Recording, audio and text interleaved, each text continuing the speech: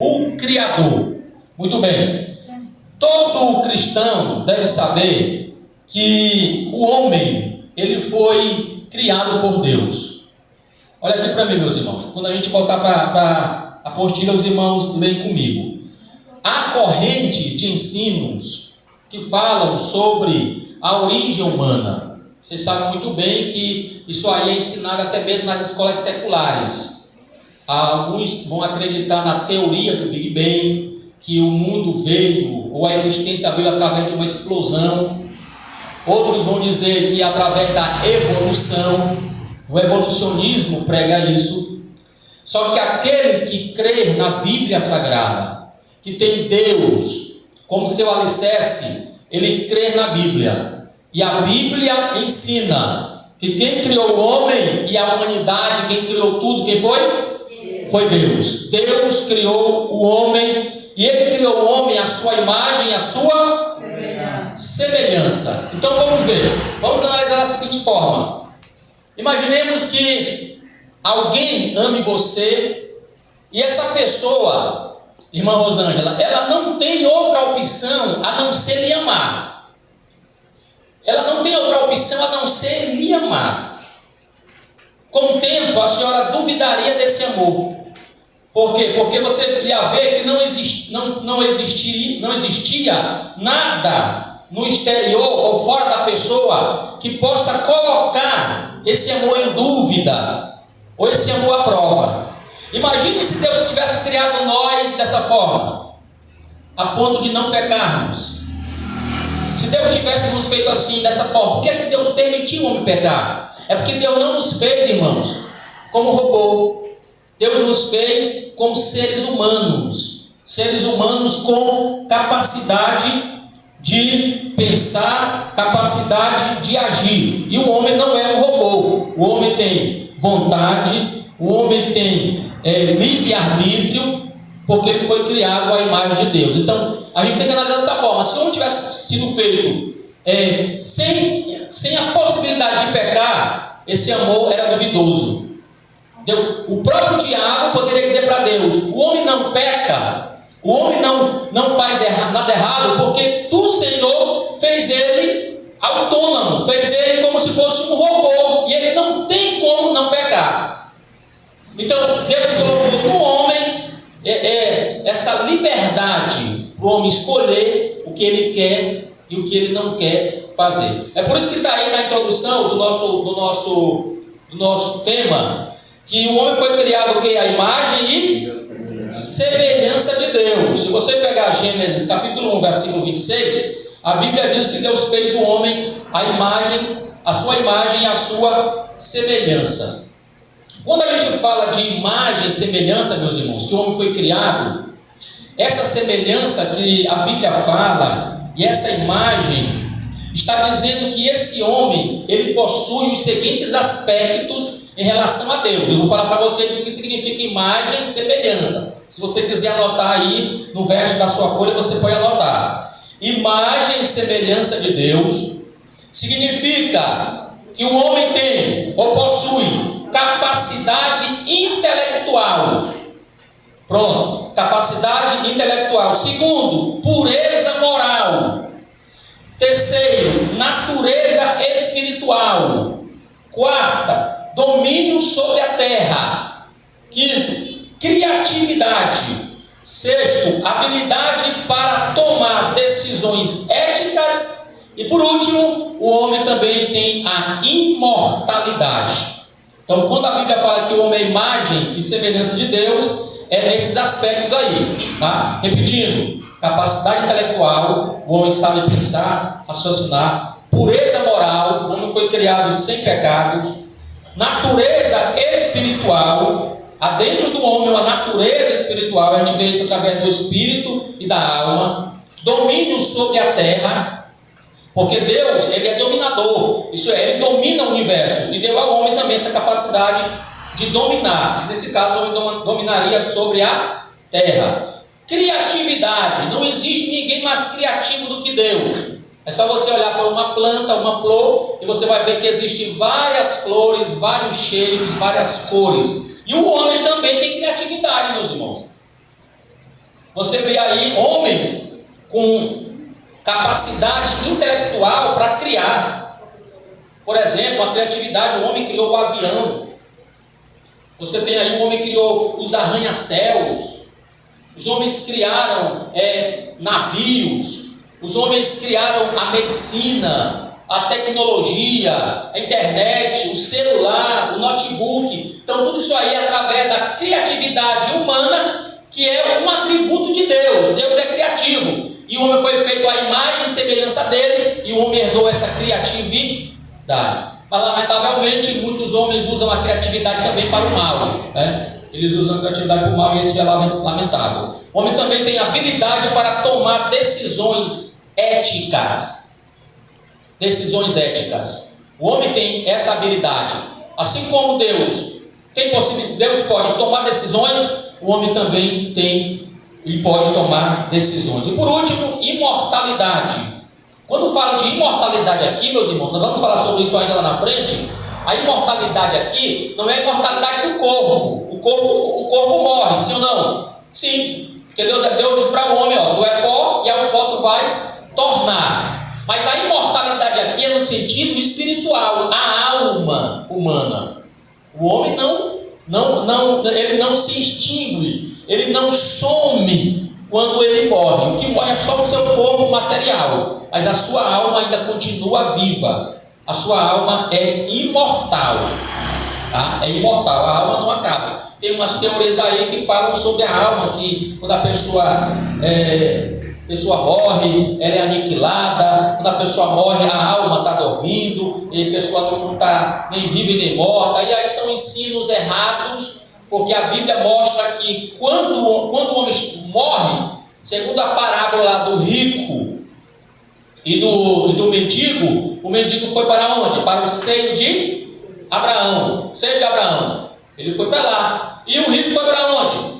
Foi para o Hades, o lugar de sofrimento. Essa parábola Jesus contou, e por aí nós entendemos que após a morte, a alma, ela continua viva. Então não tem essa questão de ser extinguido ou desaparecer por completo após a morte. Então nós vemos aí que o homem é feito à imagem e semelhança de Deus. Eu dei para vocês aí os aspectos dessa imagem e dessa semelhança. Mas você vê, meus irmãos, observem que quando Deus cria, porque nós estamos falando da criação, que é o ponto para nós entrarmos na questão do discipulado. A criação, quando Deus cria, eu pergunto para os irmãos, Deus criou o pecado, sim ou não? Não, Deus não criou o pecado. Deus criou uma terra catastrófica, sim ou não? Não, Deus não criou. Por exemplo, só para vocês terem uma ideia, quando você pega a palavra de Deus, você vai ver que o capítulo 1 de Gênesis, quando Deus terminava de criar algo, a Bíblia diz, e viu Deus que era bom. E viu Deus que era bom. E quando Deus finaliza tudo, a Bíblia diz, e viu Deus que tudo era muito bom. Muito bom. Então você vê que Deus criou a terra perfeita. Deus criou a terra pura. Deus criou a terra agradável. Eu sempre vejo a imagem de Deus, irmão Gilson, como se fosse a imagem de um pai, onde a mulher está grávida e os pais decoram o quarto, compram o berço, pintam o quarto, colocam a decoração, está tudo pronto, mas o menino não está ainda vivo, o menino ainda está no ventre da mãe. Mas quando o menino nasce, ele já vai encontrar o quarto todo pronto, todo preparado. E assim Deus fez. Deus criou a terra, um lugar agradável, um lugar bom, porque ele iria criar no sexto dia quem? O homem, a sua imagem, a sua semelhança. Então o filho só viria no sexto dia. Mas Deus passou esses 6 dias trabalhando, preparando o quarto para receber o filho, para receber este que seria criado à sua imagem e à sua semelhança. Então, Deus não criou o mal. Deus não criou uma terra catastrófica. Não. Deus criou uma terra perfeita, meus irmãos.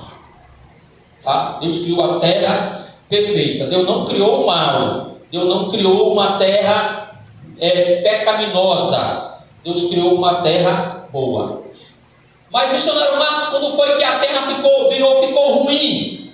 Quando foi que a terra trouxe as suas catástrofes? Aí nós vamos entrar no 1.2. Você tem o que aí? A queda. Você tem a queda.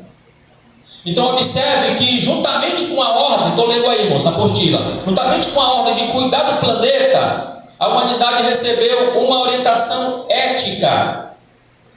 Como é possível verificar? Tal orientação continha deveres, direito, proibições e punições. Portanto, servia como um norte para que o ser humano tivesse uma direção. Então, observe comigo, esse homem vai receber uma terra boa, uma terra perfeita. Boa e perfeita, sem pecado. Aí Deus chama esse homem e diz assim, toma conta da terra. Toma conta disso tudo que eu estou te dando. Toma conta disso tudo. Então o homem não tinha com que se preocupar, o homem não tinha doença, o homem não tinha ódio, o homem não tinha morte, porque até então o pecado não havia entrado. Mas quando você chega na queda do homem, que está lá em Gênesis capítulo 3, você vai ver que a partir dali, que vai haver, irmãos, uma separação, podemos dizer assim, entre a terra que Deus criou, com a terra agora que vai ser após o pecado. Então a primeira terra, que é a criação que Deus fez, ela está pura, ela está sem mal. Ela está uma terra, como podemos usar a expressão, uma terra, que o próprio Deus vai dizer que a terra vai produzir abrolhos e espinhos. Se entende que antes do pecado, o homem não tinha essa dificuldade toda para se alimentar e para comer dos frutos. Alguém pensa que o trabalho só veio depois do pecado, mas não, meus irmãos, não veio. Quando Deus colocou o homem no jardim, qual foi a ordem que Deus deu para o homem? Está aí na apostila. Juntamente com a ordem de cuidar do planeta. Então Deus deu para o homem a responsabilidade de cuidar do planeta, de cuidar do jardim, de lavrar o jardim. Essa foi a responsabilidade do homem. Só que com essa responsabilidade aí, o homem também recebeu uma orientação ética. E com essa orientação ética, você vai ver aí que ele recebeu o quê? Deveres. O que mais, irmãos? Direito. O que mais? E punições. Então não esqueça disso. Adão e Eva receberam deveres, direito, proibições e punições. Qual era o dever de Adão e Eva? Guardar o jardim. Era o dever deles, guardar o jardim. Guardar, preservar e cuidar. Então, eles também tinham direito. Qual é o direito? Eles tinham o direito de se alimentar dos frutos. Que Deus havia dito, vocês podem comer de todo o fruto que está no jardim. Pronto. Vocês têm o direito, vocês vão cuidar e vocês vão comer. É o direito de vocês. Só que eles também tinham o quê? Proibições. Qual foi a proibição de Deus? Pronto. Você pode comer de tudo que está no jardim, mas daquela que está no meio do jardim você não pode comer. Aí vem a punição. Qual foi a punição? No dia que você comer, você vai fazer o quê? Vai morrer. Você vai morrer. Irmãos, Deus não é um Deus mau. Deus não é um Deus carrasco. Porque alguém pode pensar assim, esse Deus é ruim porque ele colocou o homem lá e colocou a árvore do jardim no meio. Mas eu já falei na introdução aqui do nosso estudo, se Adão não pudesse pecar, como saber se o amor de Adão era verdadeiro, irmão Gilson? Se ele não pudesse pecar, como saber se o amor dele seria verdadeiro por Deus? Uma vez que Deus colocou uma árvore no meio do jardim, a partir dali o Adão iria provar se ele tinha ou não tinha amor por Deus, porque Deus vai dar para ele uma orientação ética. Deus vai dar para ele uma ordem, não como. Meus irmãos, o pecado, escute isso, o pecado não estava na fruta. Tá? O pecado não estava na fruta. Não é que a fruta é que deu o pecado para o homem, não. O pecado foi na desobediência, irmã Graça. O pecado foi na desobediência. Não foi a fruta em si que deu o pecado ao homem. E alguns até dizem qual é a fruta. Um diz que é a maçã. A Bíblia não diz isso, meus irmãos. Né? Alguns querem dizer que é a maçã, mas a Bíblia só diz que havia uma árvore e um fruto do conhecimento do bem e do mal. E a obediência ou a desobediência de Adão seria o aferidor de medida do seu amor. Se ele não comesse, ele seria de fato aquele que amava a Deus acima de todas as coisas. Mas infelizmente você tem aí no 1.2 a queda. É a queda do homem. Ele come do fruto, a mulher come da fruta e dá para o seu marido, no caso para Adão. E ambos comem e o pecado entrou na humanidade. Então a partir daí você tem a queda. Com a queda, irmã Jarlene, vem os castigos. Eu não vou entrar aqui na parte dos castigos, eu vou falar só de um. Num dos castigos, Deus amaldiçoou a terra. Deus falou para o homem: maldita é a terra por tua causa. A terra foi amaldiçoada por causa do homem. Então, a partir do momento que a terra é amaldiçoada, essa terra ela vai produzir coisas nela mesma que mostram ao homem que ela foi amaldiçoada. Aí você vai ter terremoto, aí você vai ter tsunami, maremotos, você vai ter as doenças, você vai ter as pestes. Tudo isso é a terra mostrando para o homem que de fato o que Deus decretou lá por causa do homem estava acontecendo. A terra se tornou maldita. Aí entrou o pecado, primeiro o pecado moral do homem, aí depois vem os males físicos, que é a morte, e você também vai ver os males naturais, que eu acabei de falar, que são os terremotos, maremotos, tsunamis. Tudo isso aí veio por causa da queda. Por causa da queda. Aí sim, essa terra, a partir do Gênesis 3, ela se tornou maldita, porque foi Deus que deu a ordem: maldita é a terra por tua causa.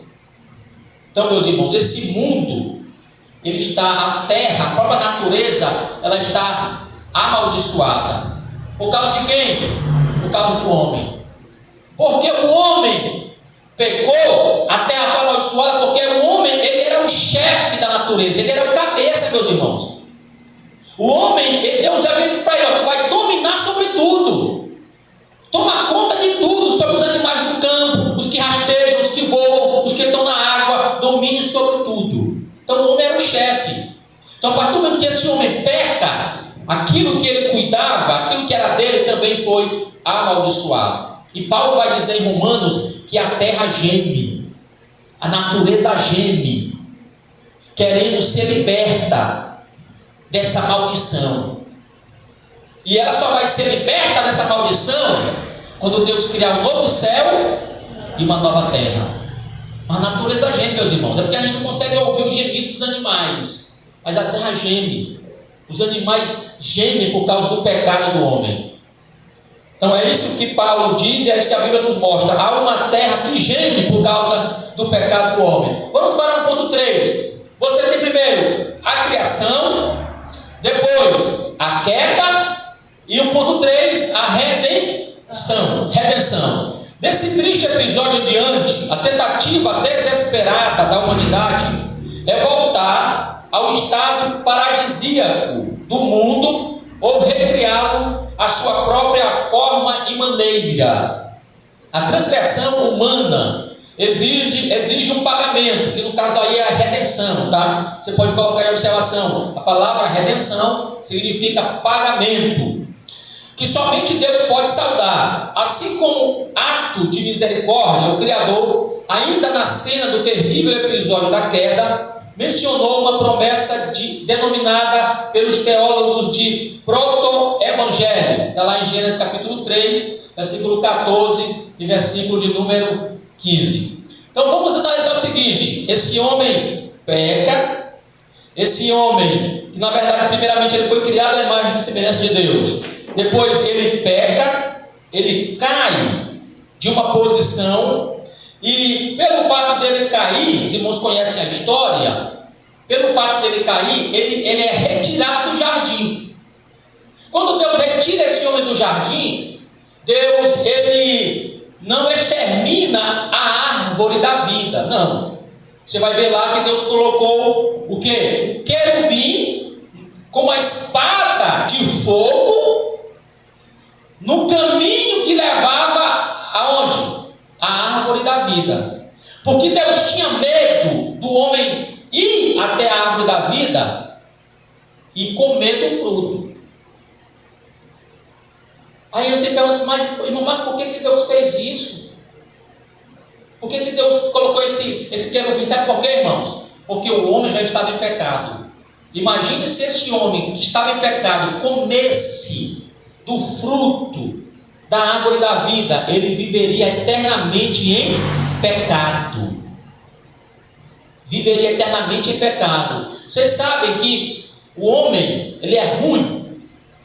E você não basta é só você botar no YouTube os homens mais perigosos da terra. Você vai ver lá que tem jovens de 25 anos, 30 anos, que tem na sua lista de homicídios mais de 30 pessoas. E olha que ele só tem 25 anos, 30 anos. Imagine se um camarada desse vivesse eternamente, sem morrer na terra. Imagine quantas pessoas ele não mataria, quanto mal ele não faria. Aí Deus disse assim: não, para que o homem não viva eternamente em pecado, eu vou colocar um querubim com a espada de fogo, guardando o caminho da árvore da vida, para que esse homem não coma e viva eternamente. Entendam, meus irmãos? Estão entendendo? Aí você vê o amor de Deus. Porque se Deus fosse carrasco, Deus deixaria o homem comer, para ele se acabar mesmo eternamente, para não ter mais jeito para ele. Mas você vai ver que para o homem, mesmo depois do pecado, Deus já tem uma visão de redenção.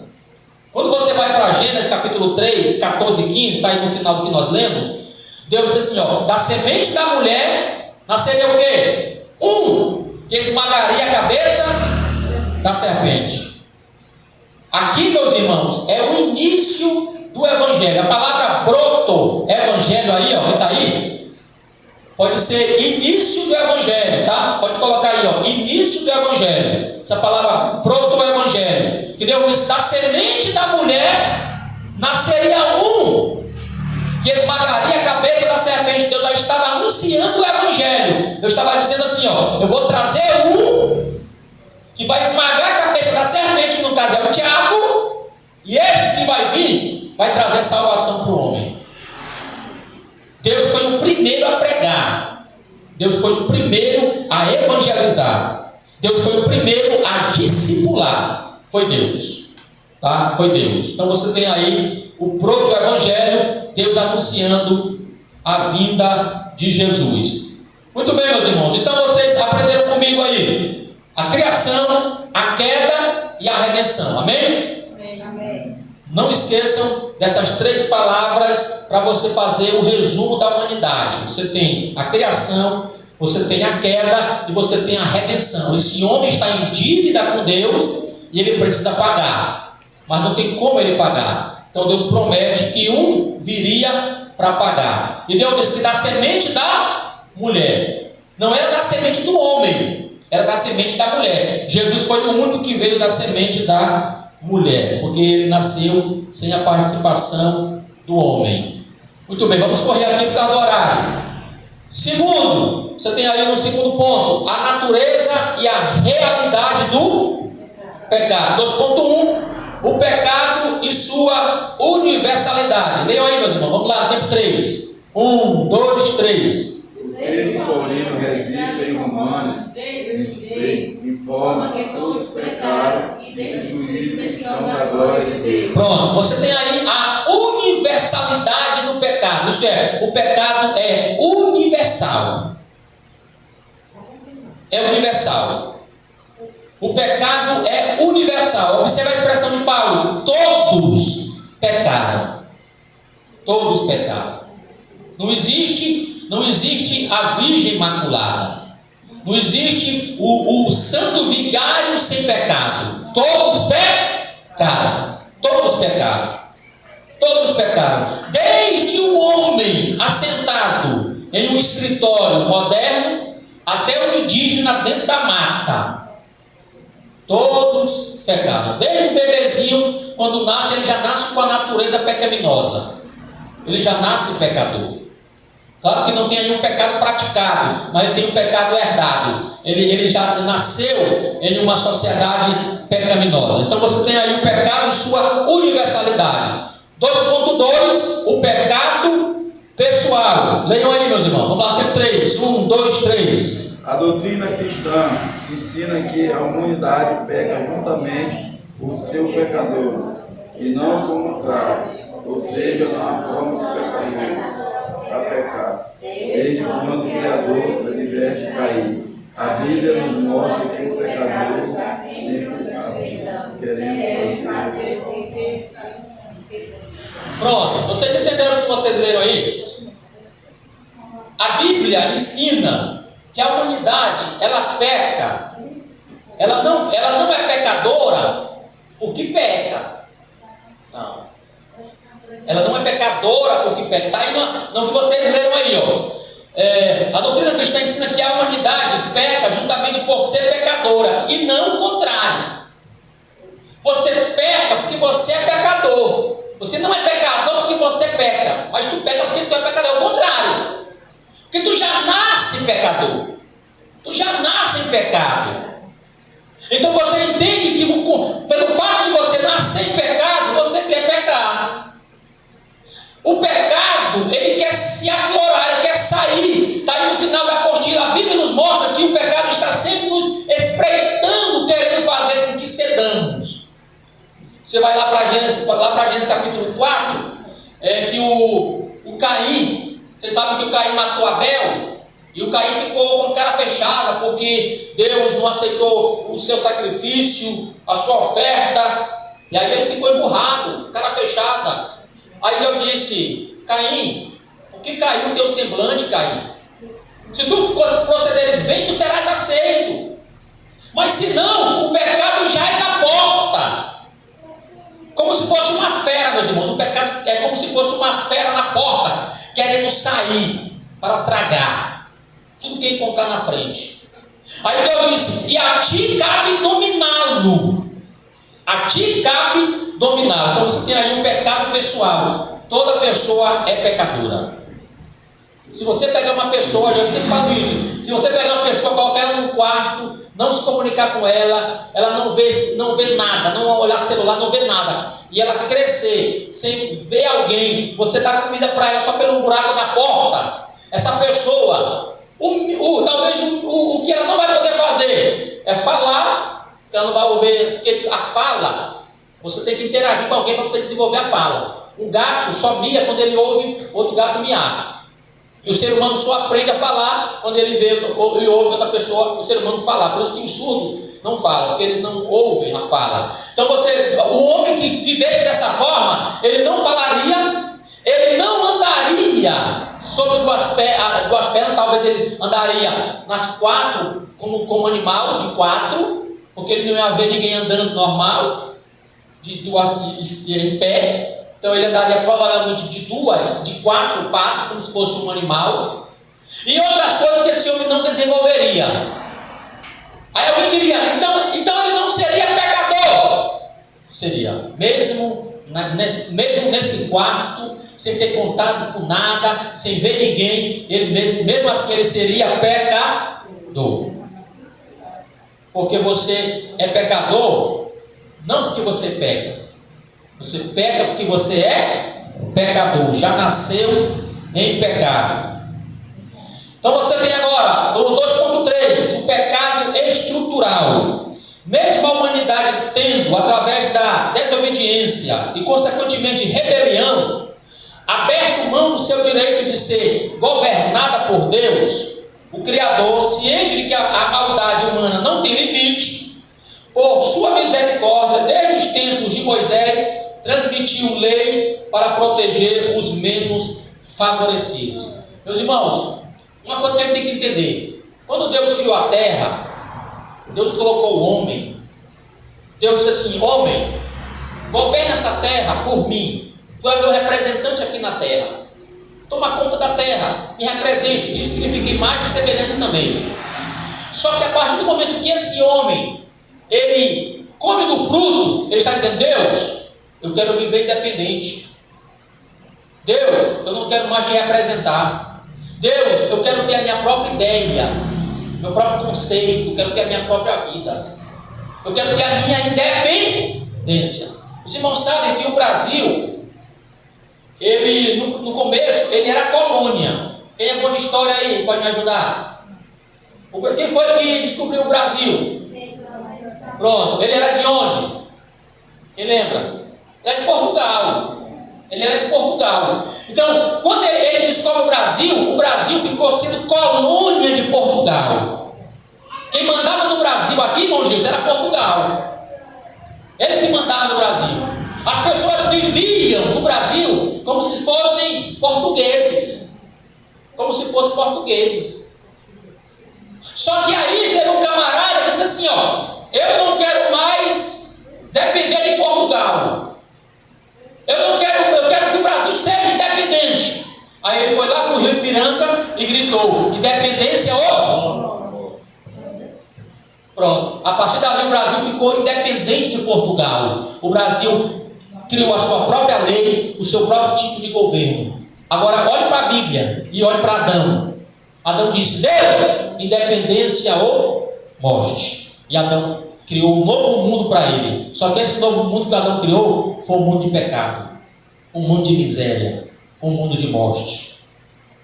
Só que Deus é tão misericordioso que diz aí que Deus trouxe leis para guardar esse homem. Você vai ler em casa essas referências aí, ó, Levítico 19, 9 a 18, e Deuteronômio 23, 7 e 8. Você vai ver as leis que Deus estabeleceu para preservar os menos favorecidos. É o amor de Deus, a misericórdia de Deus, tá? Deus colocou limites para a maldade humana. Aí você tem aí o terceiro ponto: o sofrimento humano e a privação de Deus. 3.1: consequências físicas do pecado, dos transtornos proporcionados pela queda. A morte talvez seja uma das mais visíveis e cruéis consequências. Então, meus irmãos, quando Deus diz assim: ó, Adão, no dia que tu comer, tu vai morrer. Eu pergunto para os irmãos: o Adão morreu na mesma hora, sim ou não? Não. Agora tem um parêntese. Ele não morreu fisicamente, irmãos, mas ele morreu espiritualmente. Tá? Então ele morreu espiritualmente. E existem 3 tipos de morte. Anote aí na sua apostila. Existem 3 tipos de morte. Primeiro, morte física. Anote aí, morte física é a primeira morte, morte física. A segunda morte é a morte espiritual. A espiritual. E a terceira, quem lembra? A morte eterna. Morte eterna. Essa é a pior de todas, porque é eterna, eternamente separado de Deus. Então as consequências físicas do pecado, você tem aí, é claro que teve doença, teve outras coisas, mas a principal consequência do pecado é a morte. É a morte, meus irmãos. A morte, tá? 3.2, você tem aí consequências sociais do pecado. Desde o início é perceptível que o Criador planejara a vida em sociedade para todos os seres humanos. O ser humano foi criado para viver em sociedade. Deus disse assim: multiplicai e encher a terra. Mas com o pecado veio e o homem ele ficou impossibilitado de viver em sociedade, porque ele queria matar uns aos outros. a vida uns dos outros. É só você ver lá a Torre de Babel. O homem, Deus havia dito para o homem multiplicar e encher a terra, mas eles resolveram morar numa cidade ou numa torre para não se espalharem sobre a terra. Você vê isso? Você vai ver que após o pecado o homem é desobediente ao extremo. Ao extremo. Deus disse: multiplicai-vos e enchei a terra. E aí teve um camarada, tal de Nimrod, aí ele disse: não vamos encher a terra não, vamos ficar aqui. Vamos fazer uma torre cujo topo atinge o céu. E vamos ficar aqui. Aí ele diz que a Bíblia diz que ele era caçador, um grande caçador diante do Senhor. Alguns dizem que Nimrod, ele perseguia aquelas pessoas que não queriam morar em Babel. Perseguia e matava. Porque o Nimrod foi um grande homem do passado, ele na verdade ele era visto como um grande rei, esse Nimrod. E aí ele botou medo nas pessoas, as pessoas ficaram ali fazendo essa torre. Foi preciso Deus descer e bagunçar a fala deles, para que eles parassem com aquela obra. Você tem no 3.3, para finalizarmos, consequências espirituais do pecado. A morte mencionada pelo Criador a Adão, como se pode ver, não se referia simplesmente à morte física, ou à morte, ou à cessação da vida, mas apontava para a privação momentânea da presença divina durante a vida terrena do ser humano, e posteriormente a separação eterna. Aqui você tem as três mortes presentes: a morte física, a morte espiritual, que é essa privação momentânea da presença de Deus, e você tem também a separação eterna, que aí não é mais uma privação momentânea, aí é uma privação eterna. Uma pessoa morta espiritual, ela pode ser vivificada pelo Espírito Santo. Agora, uma pessoa morta no sentido da morte eterna, essa pessoa ela não pode mais ser vivificada ou ser perdoada. Aí o destino dela mesmo é a eternidade em sofrimento, sem a presença de Deus. Amém, meus irmãos? Se tiver alguma pergunta, os irmãos podem fazer. Se não, podem trazer na nossa próxima aula. Tá ok? Eu quero agradecer aos irmãos que compareceram. E na próxima aula estaremos na nossa segunda lição, tratando com mais um assunto especial para o nosso curso de discipulado. Amém? Amém. Onde vocês podem ligar.